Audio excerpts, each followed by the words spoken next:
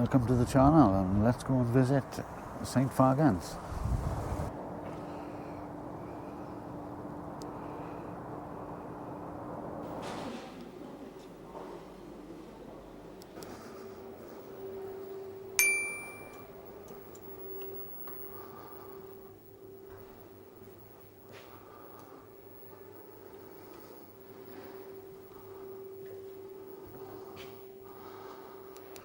Let's take a look around the gallery.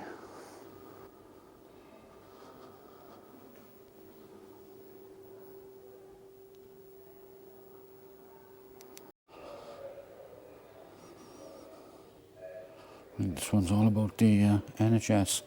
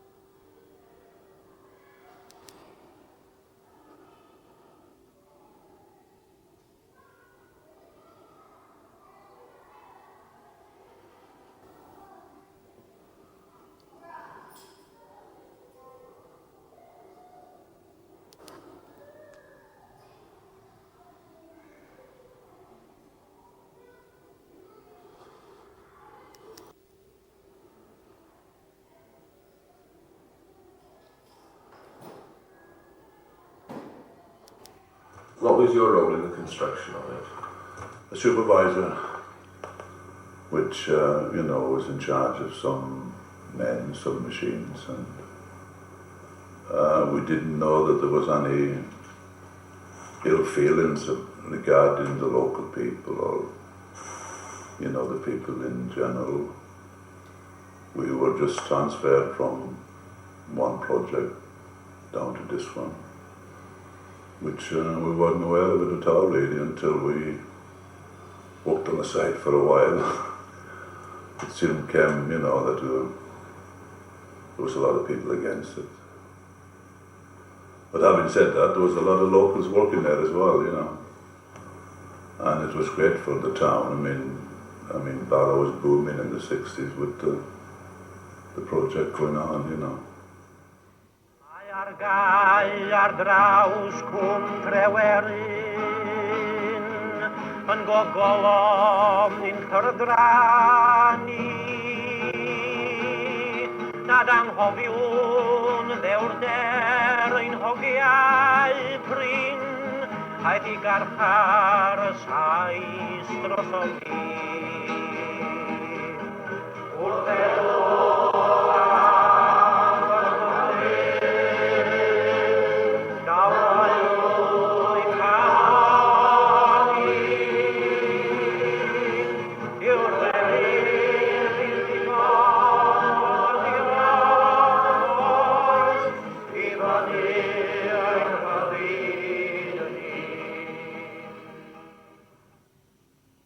We try to achieve full nationhood for our country, which is a small nation of some 2.5 million people, alongside a very big nation of 43 million people.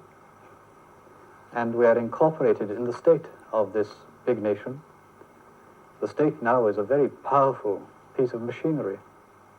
And the people who control the state can really create the conditions of life for all the nations which are members of that state. Therefore, we want to have the powers of the state in Wales. We want to create a Welsh state. We want a Welsh government and a Welsh parliament, which will prevent the assimilation of our people in England. Now, we think that if we had this, we could prevent the destruction of the country which is going on now, and we could build it up. Dwi'n meddwl bod Tryweryn wedi bod yn drobwynt mawr i chi yn hanes Cymru. Bod bobl wedi sylweddoli, oedden ni'n sylweddoli gynt i chi. Oedden ni just yn cario ymlaen heb feddwl yn. Oedd rhywbeth traumatig fel yn digwydd. A chi'n gweld wedyn bod ni angen i ni gael rhyddid yn de. Dwi'n gwybod bod chwaer neu mam wedi mynd i Lerpwl i brotestio yn de. Ond dyna yr un digwyddiad mawr dwi'n meddwl sydd wedi dylanwadu. Mae pobl wedi gweld hynny'n digwydd. Bod nhw gweitha'r ffaith bod Cymru gyd yn erbyn y peth. Pob un aelod seneddol o Gymru oedd yn San Steffan, ond nhw gyd yn erbyn y peth. A ddaru nhw'n drosto ni fel dysa ni'n faw. Yma am dros 40 mlynedd, fe fydd tadau a theidiau'r plant hyn yn dysgu am ei bro. Pawb wedi chwalu ar ôl i'r llyn meddwl mae Elwyn wedi symud i lawr i Wron Goch, a mae Geraint yn rhy bell mynd i chwarae ar wy'n nos, wedyn dwi'n gorfod chwarae ar ben yn hun wan. Bydd o'n golled i mrawd bach am bydd o'n colli'r bywyd wedi cael ei gyrhyd yn yr ysgol a fedar o'n gwneud cymaint o ffrindiau lawer mewn ysgol fawr ac mewn ysgol fach fel hyn. Well, I think it's a good thing, really. It's giving work to the men, and the land is drowned, was not much good. The only thing is that the old Welsh feel it very badly. There is a bit of hard feeling about the water going down to Liverpool. No, it's a good thing, really. It's only a small village, only a few people living there. There's only bogland here. But I wouldn't like to see the Welsh die out. But it's just one of those things, I'm afraid. As time goes on, these old things die out. It's a shame, really, but there we are. But in my opinion, I mean, they left it a bit late to start making complaints, you know, because it had actually started by then, so there was no way they were ever going to stop the contract. You know, compared to what they'd been used to in say, in the Bala area, it was probably getting double the amount of wages in them days, you know. So from that point of view, they were quite happy with it. The standard of living went up, which I suppose at the end of the day, it's what matters to most people, like. Because some of them that was doing a lot of complaining about the project in the beginning, they were working on it all the way through in the end, you know. I say that saying sorry, apologising, is the first stage of reconciliation. Liverpool has a very strong Welsh community still. In the 1950s, the Welsh community was the largest, I can use the term, non-English community in this city. And I think it's important to those links between Liverpool and Wales that this apology is given. I hope that people don't see it just as gesturing, because it certainly isn't.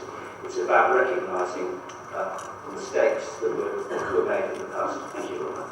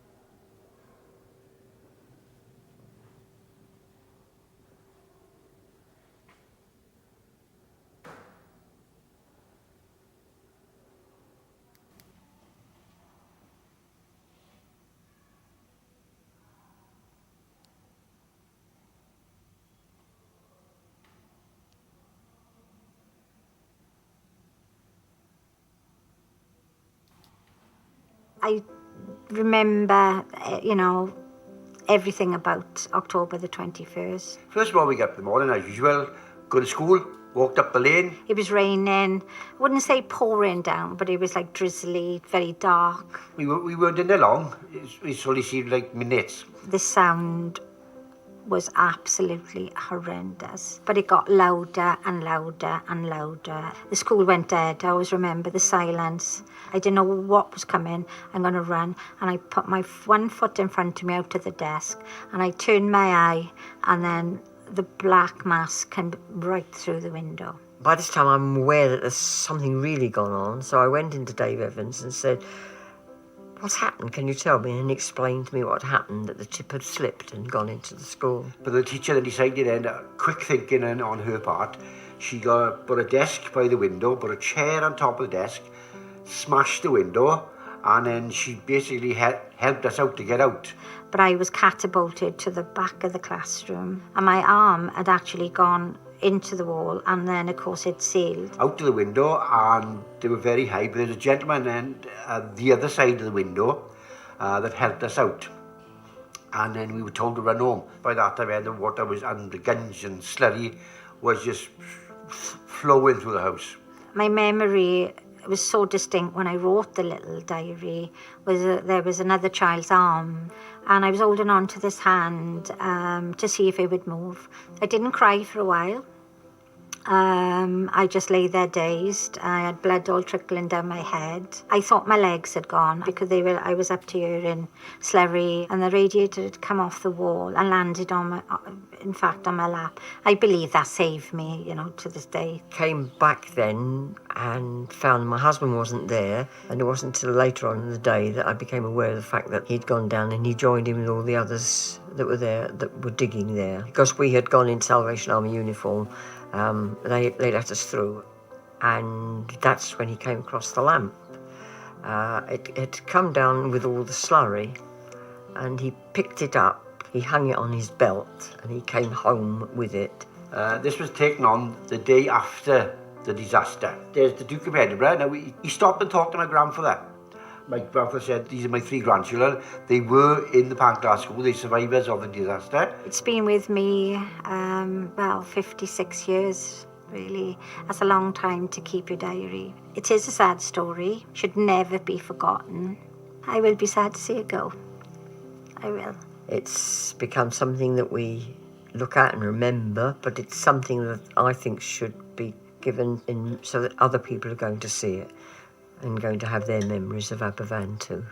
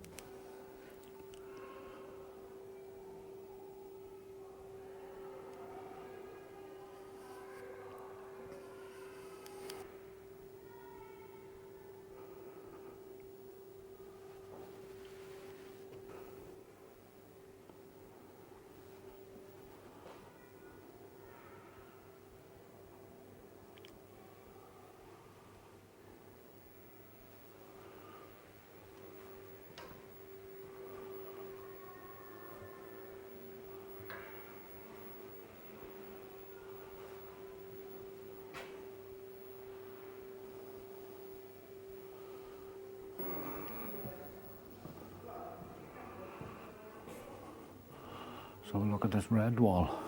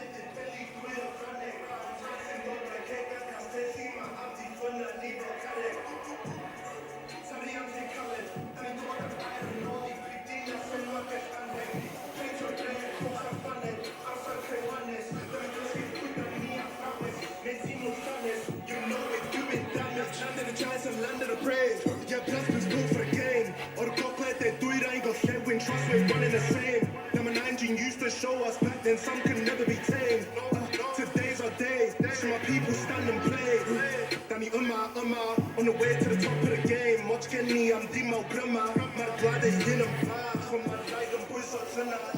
Danny on the way to the top of the game. Much get me, I'm Dimo Grandma.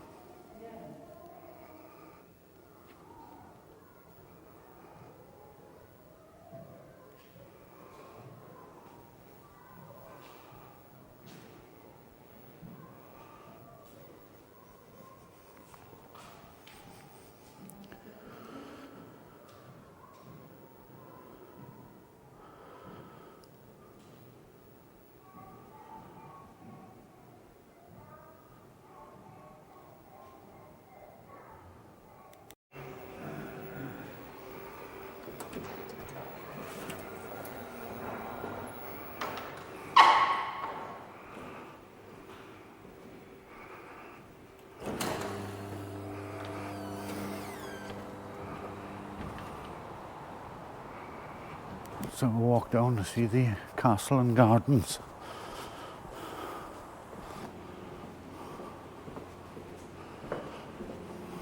Mm.